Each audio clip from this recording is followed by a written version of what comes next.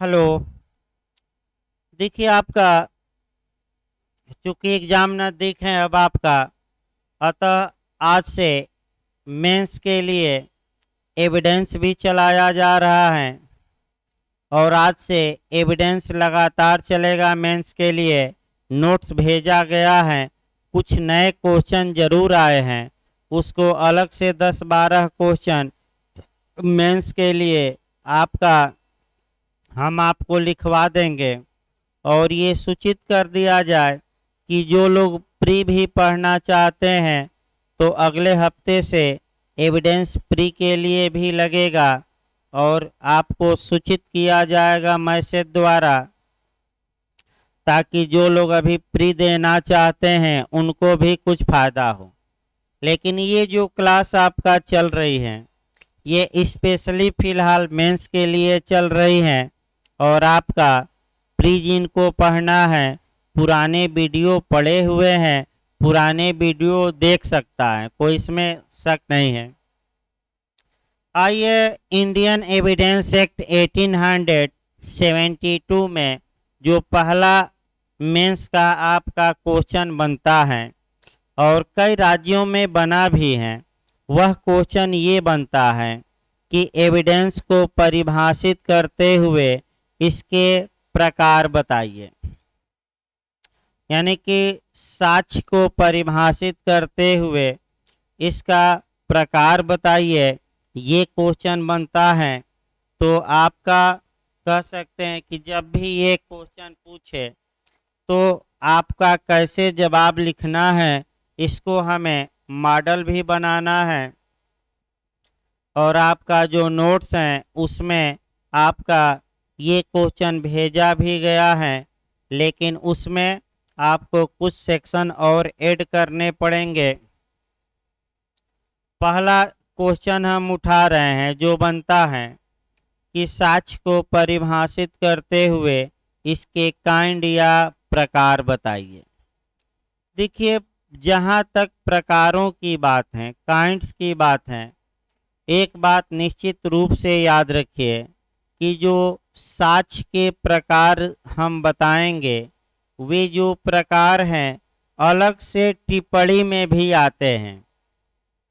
तो आप कम से कम इतना तैयार रखिए कि अगर वह साक्ष्य अलग से टिप्पणी में आए तो ऐसी दशा में कम से कम 1 या 1.5 पेज आप टिप्पणी में लिख सकें। यूपीजे में आ चुका है, यूपी एपीओ में आ चुका है, लगभग हर एक जगह ये सब क्वेश्चन आए हैं। यूपी एपीओ में भी परिस्थिति जन साक्ष्य मेंस में आया था। तो कम से कम इतना आप प्रकार का तैयार रखिए कि आपका 1 से 1.5 पेज तो आप लिख ही सकते हैं। और कैसे उसको बढ़ाया जाए, कैसे क्वेश्चन को घटाया जाए, ये मैं आपको आगे बताऊंगा। तो आइए शुरू किया जाए। सबसे पहले एविडेंस की डिफिनीशन। देखिए, जब भी आप एविडेंस की डिफिनीशन लिखिए तो पहले आपका मॉडल एक बना दिया जाए। साक्ष्य शब्द का मतलब बताइए।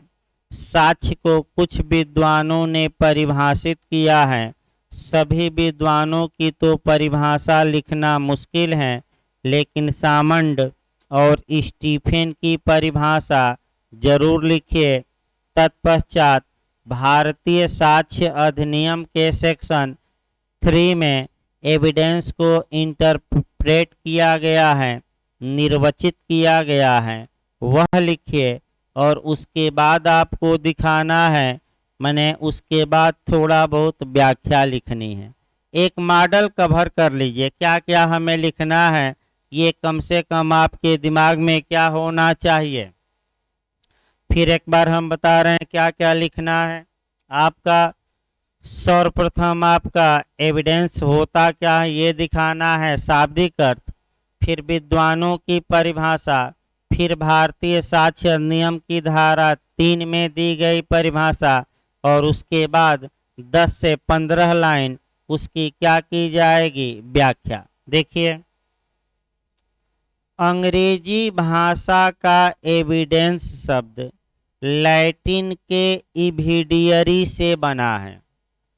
अंग्रेजी भाषा का एविडेंस शब्द लैटिन के इविडियरी से बना है, जिसका अर्थ होता है स्पष्ट पता लगाना या निश्चित करना, जिसका शाब्दिक अर्थ होता है स्पष्ट पता लगाना या निश्चित करना।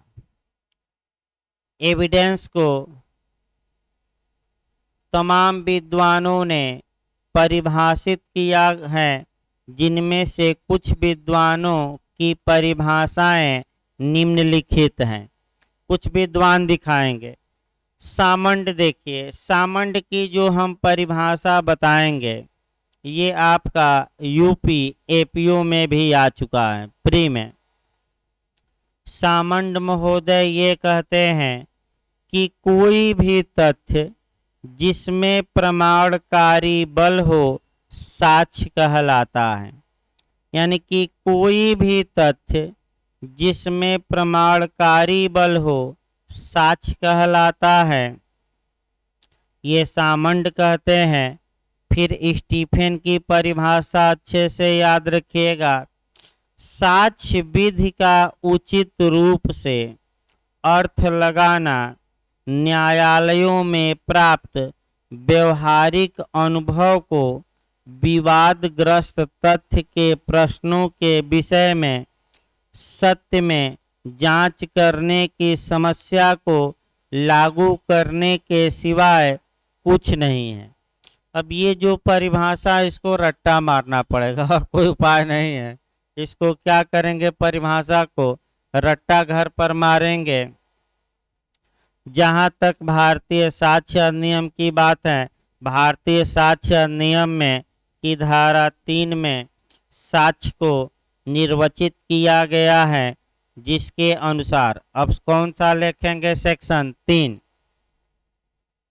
क्या निर्वचित किया गया है देखा जाए। साक्ष्य से अभिप्रेत हैं और उसके अंतर्गत आते हैं। साक्ष्य से अभिप्रेत हैं और उसके अंतर्गत आते हैं। पहला दिया है, वे सभी कथन जिनके जांचाधीन तथ्य के विषयों के संबंध में न्यायालय अपने सामने साक्षियों द्वारा किए जाने की अनुज्ञा देता है या अपेक्षा करता है, ऐसे कथन मौखिक साक्ष्य कहलाते हैं। इसका मतलब ये हुआ कि वह सभी कथन आपका जिसके जांचाधीन तथ्य के विषयों के संबंध में न्यायालय अपने सामने साक्षियों द्वारा किए जाने की अनुज्ञा देता है या अपेक्षा करता है कि ये साक्षी मुख से कुछ बोलेगा जिस विषय में न्यायालय क्या कर रहा है, जांच। तो वे सभी कथन कौन से साक्ष्य कहलाएंगे, ओरल एविडेंस कहलाएंगे, मौखिक साक्ष्य कहलाएंगे। और अगला है न्यायालय के निरीक्षण के लिए पेश, दूसरा खंड, न्यायालय के निरीक्षण के लिए पेश की गई सभी दस्तावेजें जिनमें इलेक्ट्रॉनिक अभिलेख भी शामिल हैं, ऐसी दस्तावेजें दस्तावेजी साक्ष्य कहलाते हैं।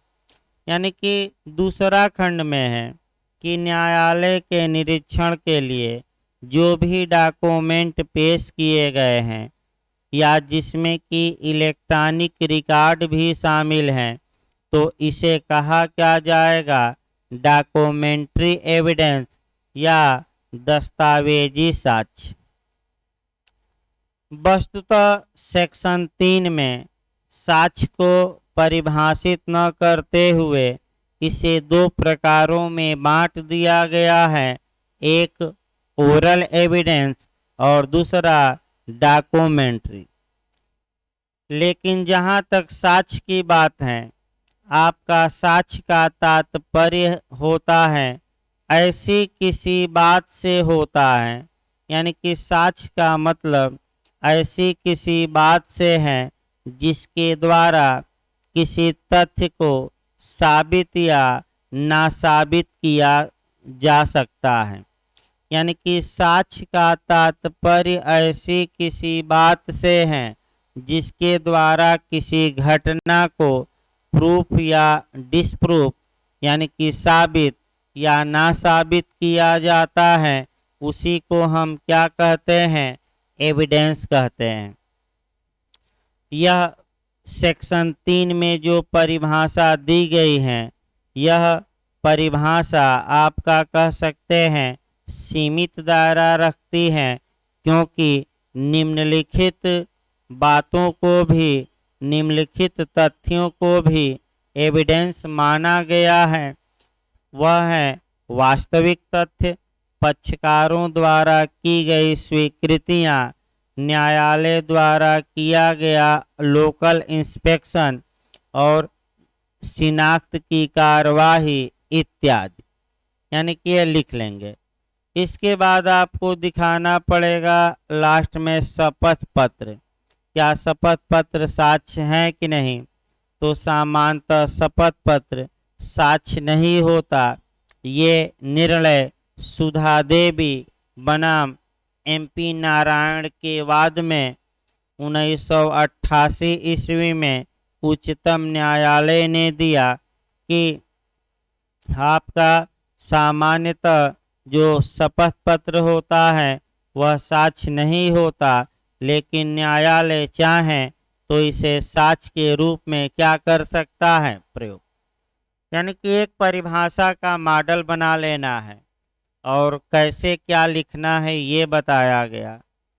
अब आइए काइंड्स देखा जाए। ज़्यादा क्वेश्चन काइंड से ही बनता है, हो सकता है परिभाषा से क्वेश्चन न बने, लेकिन काइंड से एक चांस रहता है क्वेश्चन बनने का। साक्ष्य के प्रकार। जहाँ तक भारतीय साक्ष्य अधिनियम की बात है, भारतीय साक्ष्य अधिनियम में यदि हम देखें तो साक्ष्य के केवल 2 प्रकार मिलते हैं, एक ओरल यानी कि मौखिक और दूसरा डॉक्यूमेंट्री यानी कि दस्तावेजी। साक्ष्य के केवल कितने प्रकार मिलते हैं? 2, एक ओरल यानी कि मौखिक और दूसरा कौन है? डॉक्यूमेंट्री। लेकिन विद्वानों ने इन 2 प्रकारों में से अन्य प्रकार भी निकाले हैं और साक्ष्य के साक्ष्य को कुल 8 प्रकारों में आपका डिवाइड किया गया है। अब ये इंटरव्यू में भी बिहार जे में पूछा गया था कि साक्ष्य कितने प्रकार का होता है, तो एक लोग बताए थे 2 प्रकार का, ओरल और डॉक्यूमेंट्री। तो आपत्ति बोर्ड ने किया था कि क्या और कोई प्रकार नहीं होता एविडेंस का? यानी कि बोर्ड भी ये चाह रहा है कि आप 8 प्रकार बताइए, लेकिन जो 8 प्रकार हैं कंसेप्ट बना लेना है। या तो वह 8 प्रकार ओरल में आएगा या डॉक्यूमेंट्री में, क्योंकि एविडेंस एक्ट के तहत केवल कितने प्रकार हैं? 2। यानी कि 8 प्रकार इसी में आएगा। किस में? या तो वह मौखिक साक्ष्य होगा या कौन सा? दस्तावेजी। लेकिन विद्वान कितने भागों में बांट दिए हैं इन दोनों को? 8। और एक एक करके 8 को देखना है और आपका डिटेल में आए तो वह कैसे आपका देखना है।